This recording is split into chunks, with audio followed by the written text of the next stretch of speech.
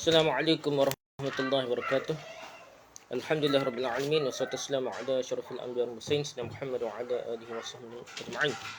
Rabbi shrah li sadri wa yassir li amri wa hlul 'uqdatam min lisani yafqahu. Jadi kita sambung balik ni bukan bab apa dajjal lah, tapi bab dia panggil asas moral dalam kita berbeza pendapat lah. Ya. Jadi kita beza pendapat ni macam mana kita nak menguraikanlah ketegangan itu dah. Hari ni belum nak bincang tidak menyakiti dan tidak mencela dah. Tidak kecil uduh, tidak kata buat sakit hati dah. Jadi kita kena maaf lah kepada orang lain, walaupun orang lain tu mungkin salah dah.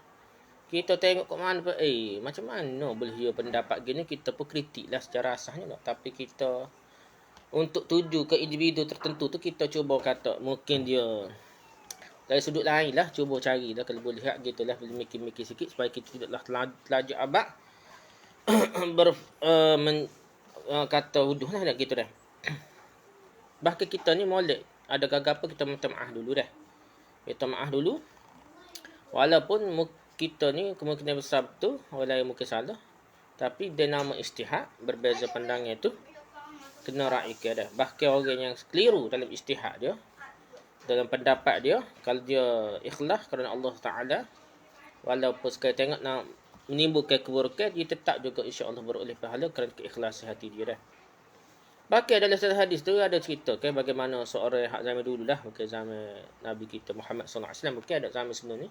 Ada seorang tu dia suruh anak dia kalau dia mati, suruh anak dia bakar dia tu laut dah. Bakar je abu tu laut dah. Sebab apa? Sebab dia takut nak jumpa Tuhan dosa banyak dia berasa dah. Jadi esok Allah bangkitkan, dia tanya apa mak gini, dia kata kerana takut kamu ya Allah. Jadi segi akidah dia salah. Bakar setara mana, hacus setara mana mayat ni, adalah akidah sesat lah. Akidah tak betul, yang mana boleh membawa kekufuran di segi asasnya, di segi ahli sunnah jamaah kita ngaji ni lah. Jadi kalau dia bakar mayatnya sendiri, supaya suruh anak cucu dia bakar mayat dia, supaya dia untuk menghadap Tuhan, rosok akidah asasnya lah. Tapi kerana dia ikhlas, dia ni kan takut Tuhan sungguh dah. Bukan suka-suka, tapi dia takut. Dia rasa dosa banyak, takut nak menghadap Tuhan. Allah apakan dosa dia. Allah bangkitkan sesok, Allah apakan dosa dia. Jadi banyaklah kalau kira nak kira, banyaklah keadaan begini nak menghadapi orang-orang yang secara zahir kita nampak tak setuju bulu ke. Moga-moga Allah apakan dia, ada benda-benda jawab baik dah. Tambah-tambah lah orang tu orang juru, orang asal baik, ada kesilapan sedikit sebanyak. Jadi kita kritik ataupun kita tegur, ataupun kita tak tegur, kita tak setuju dengan pendapat dia. Tapi jangan over, jangan melampau dah. Kalau beza pendapat dalam ijtihad, sama ada ijtihad fiqh, ibadah ke ataupun masalah ijtihad tambah-tambah hak jenis siasah politik, bagi banyaklah timbul perbezaan pendapat dah. Jadi kita kena maafkanlah.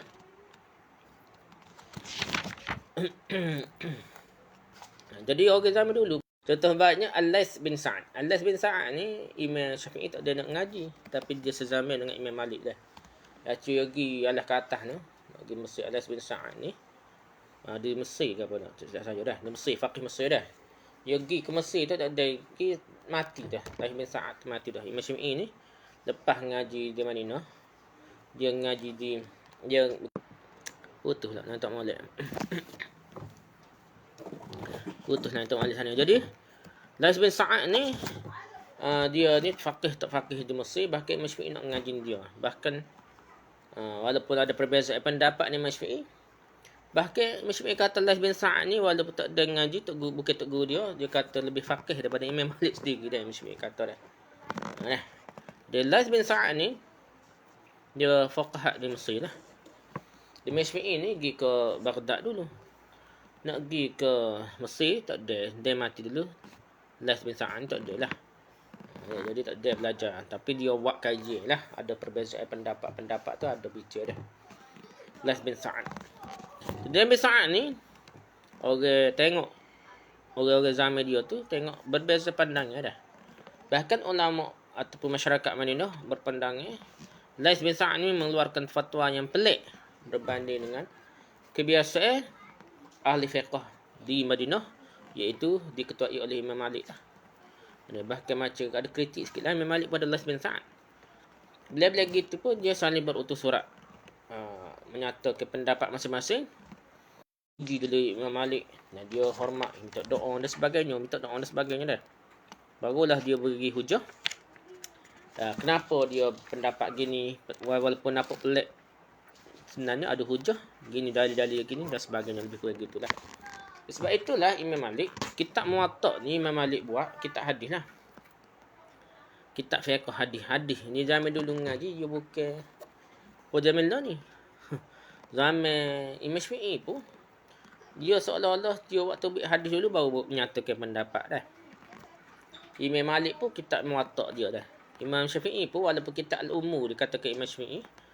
Kata Imam Syafi'i lah ngajar patu anak murid Dhabit tu. Imam Rabi' Sulaiman dan sebagainya. Jadi pendapat tu sebenarnya pendapat Imam Syafi'i. Imam Syafi'i ni lebih banyak kepada hadis dah. Fiqh hadis juga. Kitab hadis jugalah kira-kira kitab Al-Ummu tu kitab hadis juga. Lepas tu dia style dulunya dia banyak hadis, pendapat tu sikit-sikit dah. Kedia tu timbulnya, kitab-kitab kedia tu baru timbul banyak pendapat, hadis tu sikit-sikit dah. Mutakhir ni pun kenapa kurang hadis tapi banyak pendapat dah. Kitab mazhab Syafi'i pun Tuhfatul Muhtaj ke. Kitab Nihayatul Muhtaj ada dalil tapi banyak dalil dari segi hadis tu kurang sikit, nampak kurang ada. Banyaklah lain dari segi lain ibahah dah. Tak apalah, tu perkembangan ilmu. Jadi Imam Malik kata masa khalifah masa tu nak suruh sebar kitab Imam Malik tu, Imam Malik kata aku lebih kurangnya dan lebih kurang maksudnya, aku tak apa dia kata, tak payah sebar sebabnya seluruh Islam terus sebar, sahabat-sahabat terus sebar ilmu ni. Tempat masing-masing ada ulama masing-masing dan dia ada pendapat masing-masing dah. Dia ada hadis masing-masing. Kalau ambil Imam Malik pergi sebar nak suruh paksa orang ambil pendapat Imam Malik berdasarkan kitab Muwatta ni, dia akan jadi kacau bila lah. Dia akan jadi kacau bila, dan benda tu sebenarnya rahmat. Setiap tempat, setiap ulama tu berbeza pandang itu, ada rahmat ni dah. Okey, namun ni kata Imam Dr. Yusuf Qadhi kata, namun apa yang sangat dikesalkan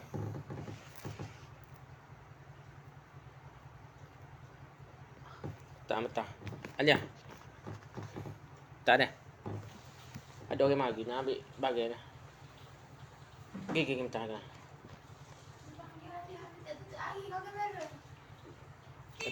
Cepat.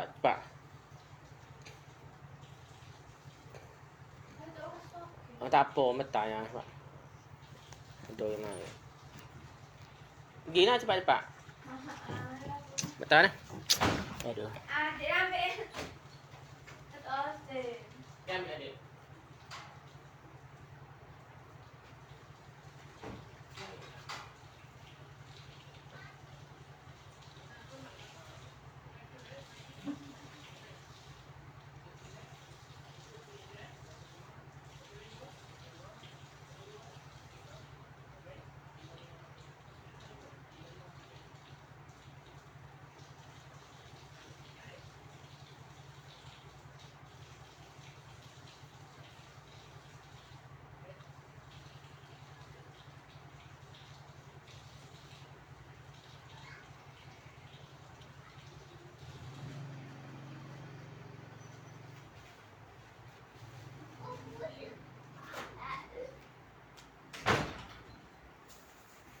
Okey, ada gangguan sikit.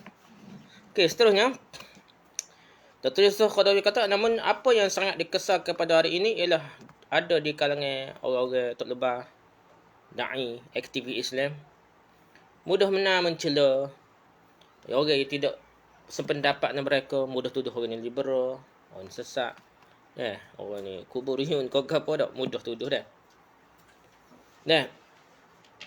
lepas tu kata tidak iltizam dengan pada Islam, ikut hawa nafsu, sokong kafir nah. Bid'ah, menyimpang, munafik. Dah. Hamba kafir dah macam-macam lah dah. Dituduh kafir dan sebagainya dah. Jadi kebanyakan mereka bukan sekadar kata tak puas hati. Dan dituduh niat dah. Dituduh niat. Niat yang tidak orang ni macam dalam hati perut dia. Dia tahu orang tak ikhlas lah dah. Ni masalah dah. Orang ni tolak Islam lah walaupun zahir dia semaya bel lah. Dia kira bagi dalam hati lah. Sebenarnya benda dalam hati ni tak ada yang tahu melainkan Allah SWT. Jadi tak ada orang boleh dada orang lain. Sungguh-sungguh orang tu tak ikhlas tang mana kita tak tahu dah. Jangan duk kecek benda yang tak nampak. Kalau kita nak kritik benda yang zahir, berbeza pendapat benda yang zahir, bukan benda-benda siapa tak batil pun kita duk korek lagi dah. Tak tuduh orang liberal ke apa dalam keadaan bukan kritik perbuatan tu dah. Tapi kritik benda yang anggap orang tu orang ni mestilah dia ni apa walak kepada orang kafir dak. Sokong kafir ataupun dia ni liberal dan sebagainya benda sedangkan orang tu tidaklah. Jelas dah jadi benda-benda yang beginilah merosakkan Islam sendiri dah. Tak lebar dai pendakwah hak jenis gini. Tidak ada seorang pun ulama yang selamat daripada tikamai dan cacian mereka. Bukan orang biasa dak. Bukan politik, bahkan ulama sendiri pun dia kata macam-macam tu dak.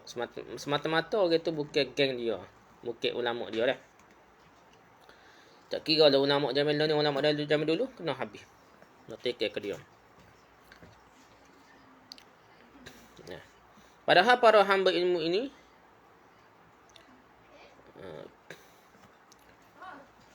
jadi hamba-hamba ilmu ni maksudnya ulama ada sedekah Allah Rasulullah SAW telah beri tazkiyah puji sebagaimana hadis yahmilu hadzal ilma min kulli khalfin aduluhu. Ilmu ini dipikul oleh orang yang dipercayai daripada setiap generasi. Jadi ilmu ni setiap zaman ni ada orang pikul. Hadis tak cerita kuat setahun mana dah. Mana dah. Sekali ada sebut tak. Riwayat mana dah.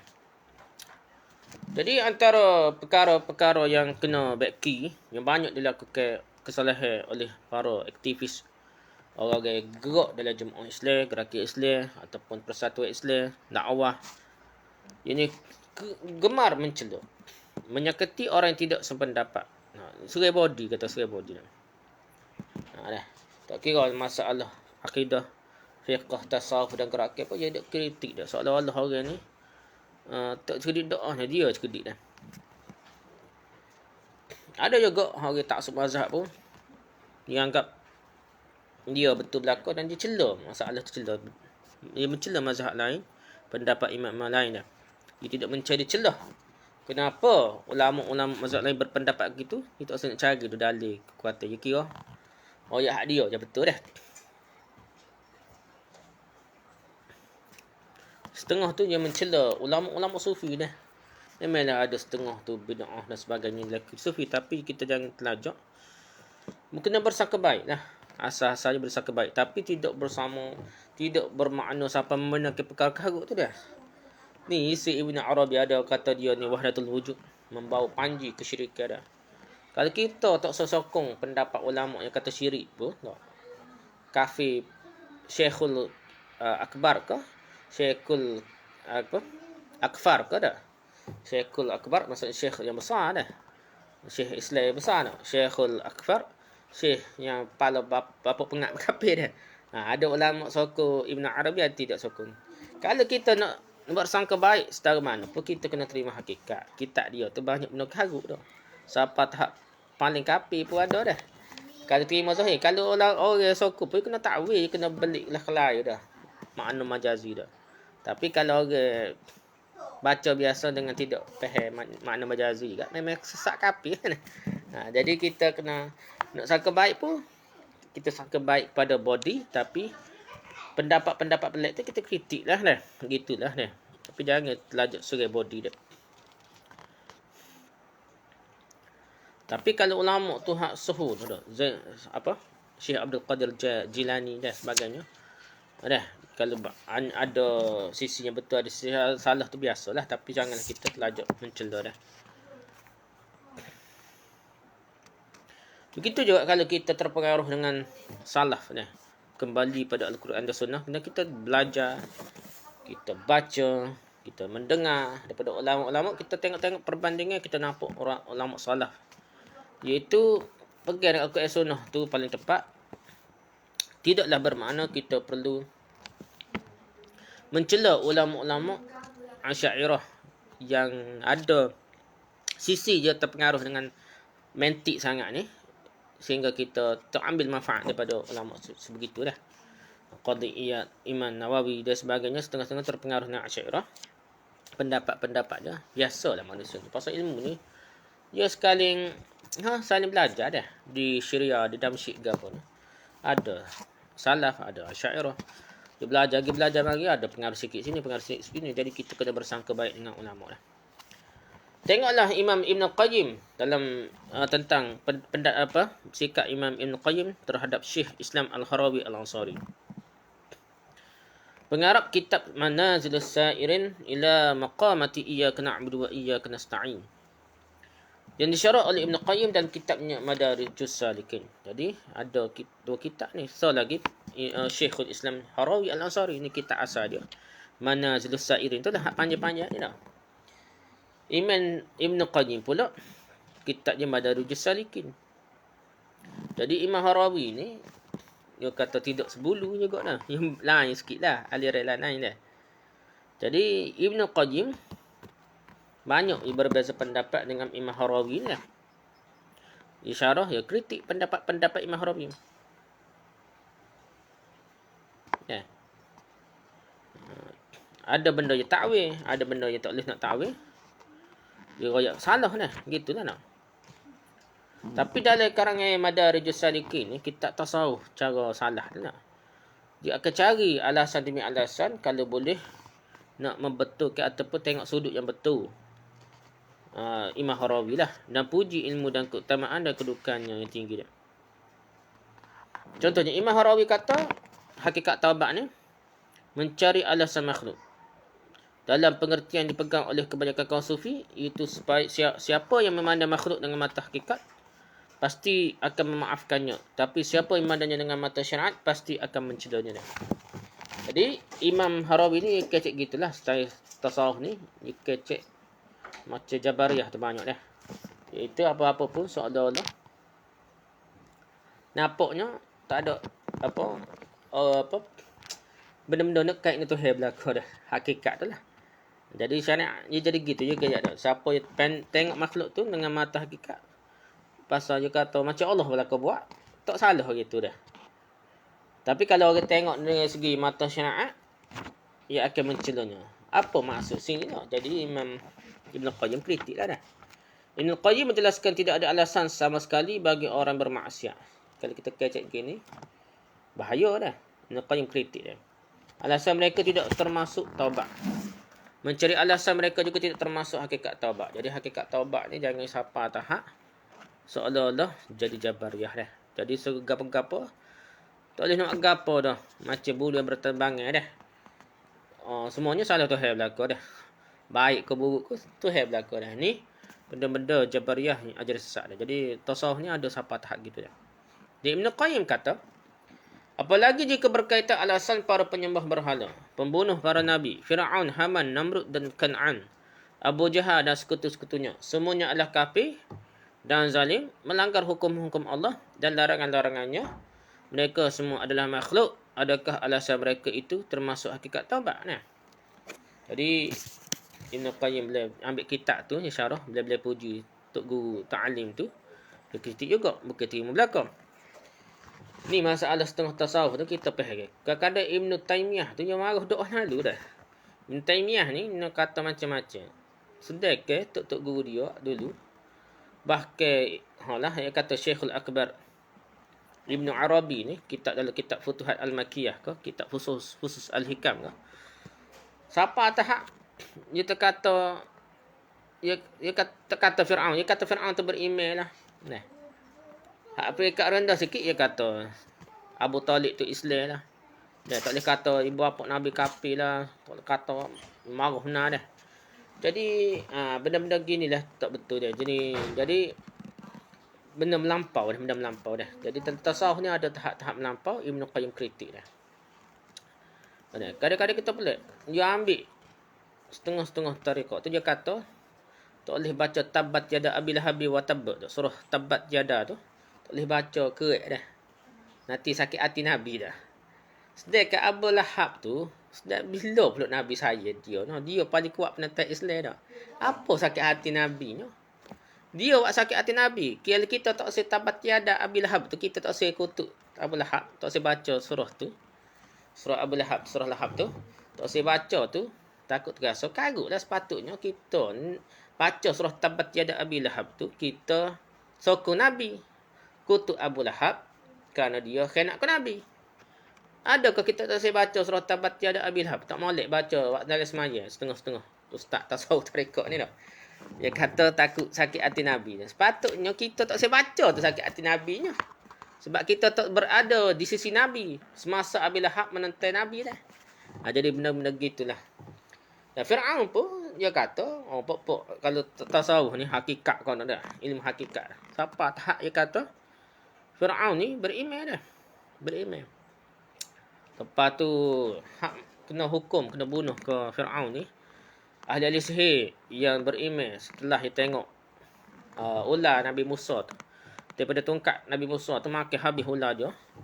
Jadi dia tengok benda ni bukan sihir tu. Ni memang sungguh-sungguh benda yang mukjizat. Sehingga ke ahli sihir masuk Islam. Kena bunuh dia. Tapi nak boleh ke Ibn Arabi dia kata dia masuk Islam dah, tapi dia tidak meninggalkan sihir dah. Dia tidak meninggalkan sihir. Hak tu benda karut dah. Benda-benda karut ni walaupun kita bersangka baik, benda salah tu kena kata salah dah. Jangan kita kalau benda kita kagum dengan satu orang tok guru, seorang alim, siapa kita mendiamkan jadi sesat habis. Bukan kita, habis masyarakat kita pun sesat. Sebab kita ustaz duk mengajar betul belaka tok guru kita dah. Benda salah kita kena salah, tapi hakikat dia ada kita carilah alasan untuk tidak menyesatkan tok guru tok ustaz tu. Tapi bila-bila gitu ajaran yang tak betul tu kita kena kata jelah benda ni salah. Jangan kita bela dah. Benda hak jelah. Macam kubur di Yaman dah, di Hadramaut. Kubur ni hadis Nabi banyak. Nabi laknat lah dah. Mau binaan Nabi larang, laknat. Menjadikan kubur sebagai masjid, sebagai hari raya Nabi laknat. Nabi marah benar bab kubur ni dah. Bukan main dah. Nabi kata tak ada lah makhluk yang paling buruk. Dah. Seksa ni, bangkit seksa ni paling buruk je. Pertama buat berhala tu, jadi salah satunya menjadikan kubur para nabi dia sebagai masjid. Jadi Nabi Hud, kubur Nabi Hud tu kalau betul, kalau karut keropak lagi dah. Tipu kapal lagi. Ni buat besar pula dah. Buat pula macam haji di Hadramaut Yaman dah. Buat upacara pula dah macam haji dah. Dia ada boleh safar, boleh gapo tengok dah. Jadi dia ada macam hari bulan ni buat gini, hari bulan ni buat gini. Macam upacara haji. Kalau kita ke haji 8 bulan 8 Zulhijjah tu buat gapo, 9 Zulhijjah tu buat gapo, 10 Zulhijjah tu gapo dah. Dia ada step-step sebelah 12 13 tu melontar macam jamrah di Mina macam-macam dah. Jadi dino pun ada jaga upacara dia dah. Tarikh-tarikh tertentu dah. Tiap-tiap tahun. Jadi menimbulkan bid'ah sekarang, khurafat sekarang mengagakkan kubur yang Nabi marah benar tu. Dekat nak mati Nabi marah benar dah pasal kubur-kubur ni. Macam mana kita boleh terima dah? Nak sekarang baik style mana pun kritik tu. Tak serai body tak apa. Dah. Habis mana secara tapi benda tu kena kata salah. Jangan siapa tahap bela siapa ke benda tu jadi betul. Padahal benda tu telah dilaknat oleh Rasulullah sallallahu alaihi wasallam. Dia kena tahu ni ambil barakah dah. Barakah ni tabaruk ni.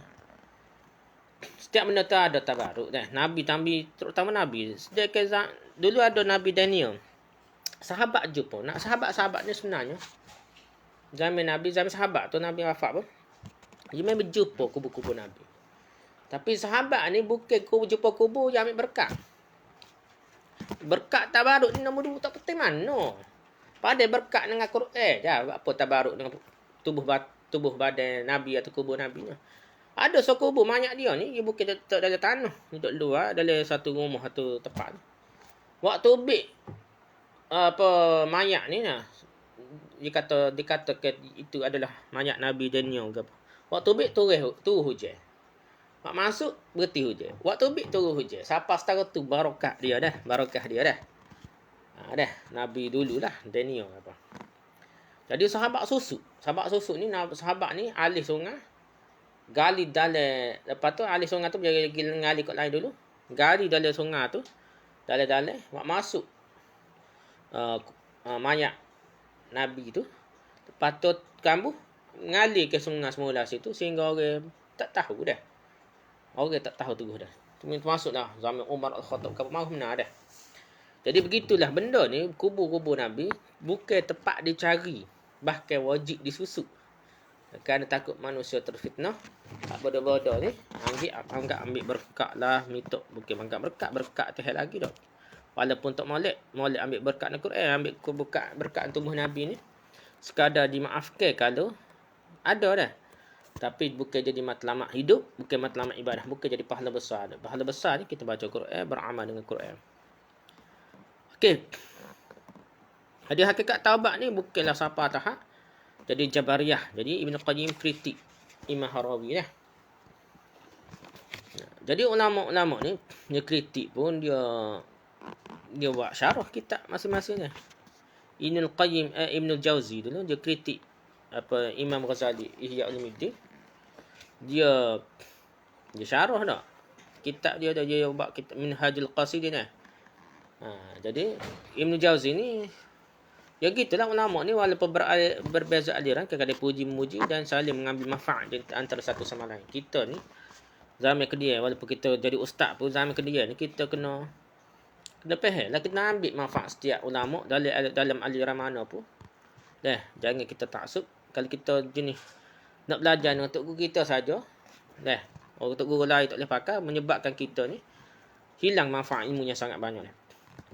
Seterusnya Ibn Qayyim berkata, kesalahan Syekhul Islam Harawi dalam masalah ini tidak dapat menghancurkan kebaikan-kebaikannya. Siapa tahap tu? Tahap berat lah kita kata Jabariyah. Tapi Ibn Qayyim bela lagi tak? Tidak menghancurkan kebaikan-kebaikannya dan tidak boleh mengakibatkan prasangka tidak baik kepadanya. Beliau adalah seorang ulama yang besar, seorang imam dan tokoh tasawuf suluk. Setiap orang boleh diambil dan ditinggalkan perkataannya kecuali orang yang maksum Rasulullah SAW. Dia kata-kata ulama ni kita bolehlah bersangka baik, tapi kita tak boleh pegang siapa ke membenarkan benda yang salah dah. Tak sesat anak murid kita lah kalau kita ustaz dah. Gitu dah. Orang yang sempurna ialah orang yang menyedari kesalahannya, terutama dalam masalah yang pelik yang seringkali menggelincirkan kaki dan membingungkan pemahaman, serta mengakibatkan para salik, para orang yang menuju Allah ni, anak murid ni, terjerumus ke dalam kehancuran.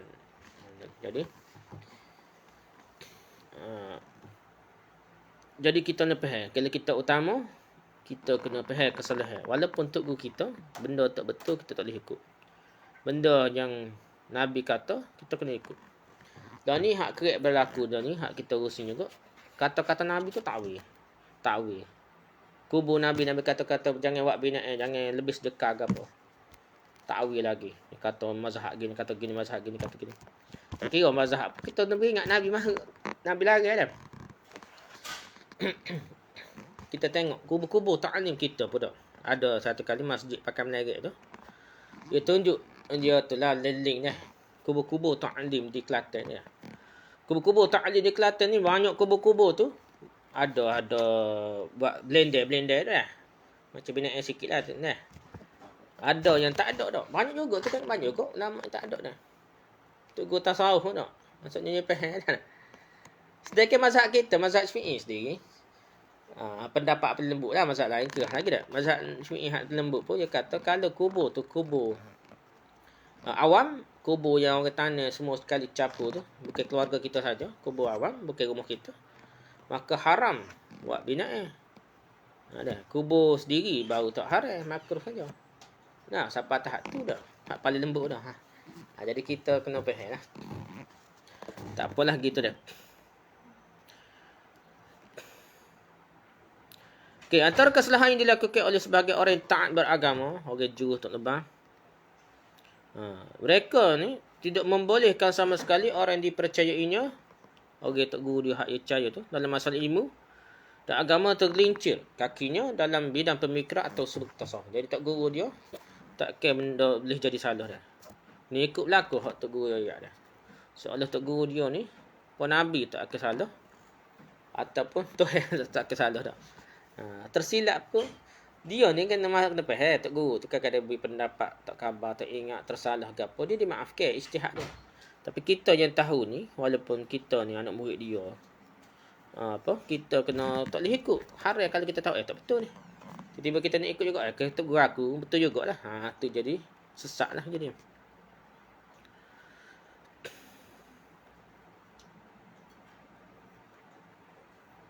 Ada pula setengah tu dia telajak abad pula.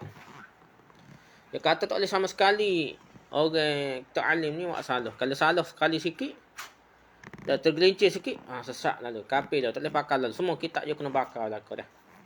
Ni penyakit orang-orang muda. Tak semangat terlalu telajak. Dan mak, ia tidak boleh. Macam hak terbaru saya tengok tu, Ustaz Syihabuddin cerita dah. Dia cerita dia menangis dah. Dia cerita ada sahabat saya dia ni terbuka dia dengar Mufti Ali Jumaah anti Wahabi pun dengar. Habib Ali Al-Jufri ni. Hak cerita pasal Nabi sampai menarik menangis tu dia pun berakhir dengar. Lepas tu Dr. Mazhar pun dia dengar. Lepas tu Syekh anak murid Syekh Albani tu nama apa dah. Syekh Huwaini dah. Al-Huwaini tu dia di Mesir dia hebat bab hadis dah. Bahkan anak murid dia paling menonjol di segi takhrij ataupun tahqiq ataupun cek hadis ni. Bukan anak murid dia jauh dah di Mesir dah. Syekh Huwaini dah. Jadi dia dengar belakang dah. Orang ni dengar dah, semua orang ni dengar dah. Walaupun dia tak minat belajar daripada Syekh Nuruddin Al-Banjari, tapi buku kitab fiqh Syekh Nuruddin Al-Banjari ni dia kata menarik dibaca juga dah. Jadi dia terbuka. Tiba-tiba ada seorang terdengar sekali terdengar dia tak dengar Dr. Mazhar dok ceramah. Beli internet ke gapo dok dengar. Dijumpa di surau dia menangis teresok. Nak sedih dia. Apa lama ni aku saya tidak ikut Wahabi. Jadi kita tak say gitu. Nak ikut Wahabi ke, nak ikut Syekh Nuruddin ke, belajar belaka, ambil manfaat daripada siapa-siapa alim ulama yang kita tengok banyak manfaatnya, hak ia karut dua tersilap gapo tu kita tinggalkanlah. Dan jangan kita kira salah tolak 100% dah. Kandidat kita ni kuranglah ilmu dah, kita syok sendiri dah. Setiap orang ni ada pakar dia masing-masing. Ada orang pakar hadis. Dalam bab hadis pakar, tapi dalam masalah akidah sendiri pun ada kurang dah. Jadi kita kena faham tu, ilmu ni luah ni. Ilmu ni ada orang spesialis dia dah. Dia kurang bab ni lebih bab ni dah. Dr. Zaharuddin contohnya, dia pakar bab kewangan Islam. Kita tak boleh cari, tak boleh lawan dia. Kita cari orang lain kat. Rasa Dr. Basit hebat tu, kita tak boleh lawan dia dari segi cara dia berhujah, cara dia memberikan pendapat dalam kewangan Islam dah. Begitu juga orang lain. Orang ni bahagian hadis, orang ni bahagian hadis, bahagian fiqh. Itu kebolehan masing-masing dah. Kita berminat dah kita ni. Okey, seandainya Allah memperlakukan para hamba-Nya sebagaimana perlakuan mereka itu, nescaya tidak ada seorang pun selain para nabi yang terselamat daripada kebinasaan dunia dan seksa di akhirat. Kalau kita kira apa kita fikir mudah kan? Salah, sesak, kafir. Maksud hakak mudah-mudah. Tak ada seorang yang boleh selamat dah. Tak ada orang seorang yang boleh selamat. Nabi kalau maksum dah boleh selamat. Lain kan? Ada salah. Kita mohonlah benda hak salah kita harus ikut, kita kritik. Kita tak boleh nak ikut pendapat-pendapat tok guru kita yang salah. Tapi kita tidak mencelanya, kita memujinya, kita menghormatinya. Kita mohonkan ampun pada tok guru kita. Begitulah hakikat dunia ni dok. Orang ni banyak buat salah. Jadi Allah SWT ada sebut dalam Quran, "Wa ma asabakum min musibatin fa bima kasabat aydikum wa ya'fu an katsir." Dan apa jua yang menimpa kamu dari sesuatu kesusahan atau bala bencana, maka ia adalah disebabkan apa yang kamu lakukan daripada perbuatan-perbuatan yang salah dan berdosa. Dan daripada itu Allah memaafkan sebahagian besar daripada dosa-dosa kamu. Surah Asy-Syura, surah ke-42 ayat 30. Jadi benda-benda bala ke apa tu, jangan kita Salah ke orang lain, kita sendiri dah. Dan benda tu moga-moga Allah ampunkan dosa kita dah. A'udzubillahi minasyaitonir rajim. In tajtanibu kaba'ira ma tunhauna 'anhu nukaffiru 'ankum sayyi'atikum wa nudkhilkum mudkhalan karima. Jika kamu menjauhkan dosa-dosa besar yang dilarangkan kamu melakukannya, kami akan hapuskan kesalahan-kesalahan dosa-dosa kecil kamu. Dan kami akan masukkan kamu ke tempat yang mulia, yakni syurga. Surah An-Nisa surah ke-4 ayat 31 dia. Dosa besar mana? Dah taubatlah. Dosa hak kecil-kecil ni dah. Kita jangan anggap orang lain tu nampak sangat berdosa orang lain. Mungkin dosa orang itu kecil dan mudah diampunkan kerana jasa-jasa kebaikan yang lain dia buat. Kita pun mengharapkan diri kita sendiri. Orang lain pun kita kena sangka begitulah. Ada pun kesalahan tok guru kita, kesalahan tok alim mana pun. Jangan kita taksub, tapi kita jangan mencela dia. Mungkin dia ni dimaafkan oleh Allah di atas jasa-jasanya besar. Allah SWT berfirman, Alladzina yajtanibuna kaba'iral ismi wal fawahisha illa al-lamam. Iaitu orang-orang yang menjauhi dosa-dosa besar serta perbuatan-perbuatan yang keji, kecuali salah silap yang kecil-kecil dah. Yang mereka terlanjur melakukannya, maka itu dimaafkan. Surah An-Najm surah ke-53 ayat 32. Jadi Allah ni menghukum manusia dengan amalannya paling berat. Siapa yang paling berat amal kebaikannya, maka berbahagialah dia. Dan siapa yang ringan timbalan amal kebaikannya, maka rugilah ia. Selain itu, Allah atas kurnia dan rahmatnya melipat gandakan amalan kebaikan dan tidak melipat gandakan amalan yang buruk. Jadi benda orang lain ni kita kena faham. Ada orang lain salah setara mana pun, kekurangan setara mana pun dok. Najib lah. Kalau kita kata dah. Orang ni siapa-siapa pun dok. Walaupun kita setengah-setengah tak setuju, kita kritik ke apa. Kita ni ingat manusia ni ada baik buruk. Ada jasa je dah. Benda yang silap yang nampak besar. Tiba-tiba kebaikan yang lebih besar. Yang kita tak tahu, tak perasan pun. Keputusan tindakan-tindakannya besar dah. Yang membawa manfaat besar pada umat Islam. Kita tak tahu. Kita nampak buruk dia saja dah. Mungkin kita tengok esok akhirat, dia dimaafkan, dimasukkan ke dalam syurga. Oleh sebab itu kita kena sangka baik. Kena sangka baik. Benda yang kecil, ada ke dalam hadis tersebut. Dia tak ada gapo, tengok doa kesalahan dia sepanjang sejauh mata memandang. Kertas tulisan amal-amal jahat dia tak ada sahabu hak salah, betul lah kalau Allah suruh tak ada salah. Tapi Allah suruh waktu ambil satu kertas, la ilaha illallah. Timbul la ilaha illallah dengan kesalahan dia ampunkan dosa dia tu. Jadi nak gana nak rahmat Allah terluah. Rahmat Allah terluah. Dan kita ni ingat orang hak baik ada seorang di zaman dulu, ada orang yang soleh dan saudaranya orang jahat dah. Tapi dia sekali tu dia nasihat kepada saudara dia tu, adik-beradik dia ke saudara dia tu. Nak maksiat dia kata mu ni gana lebih kurang maksud aku gana lah. Mu Allah tak kapur dosa mu dah. Dia kecek gitu. Sedangkan dia bukan Tuhan dak. Dia jadi juru cakap Tuhan.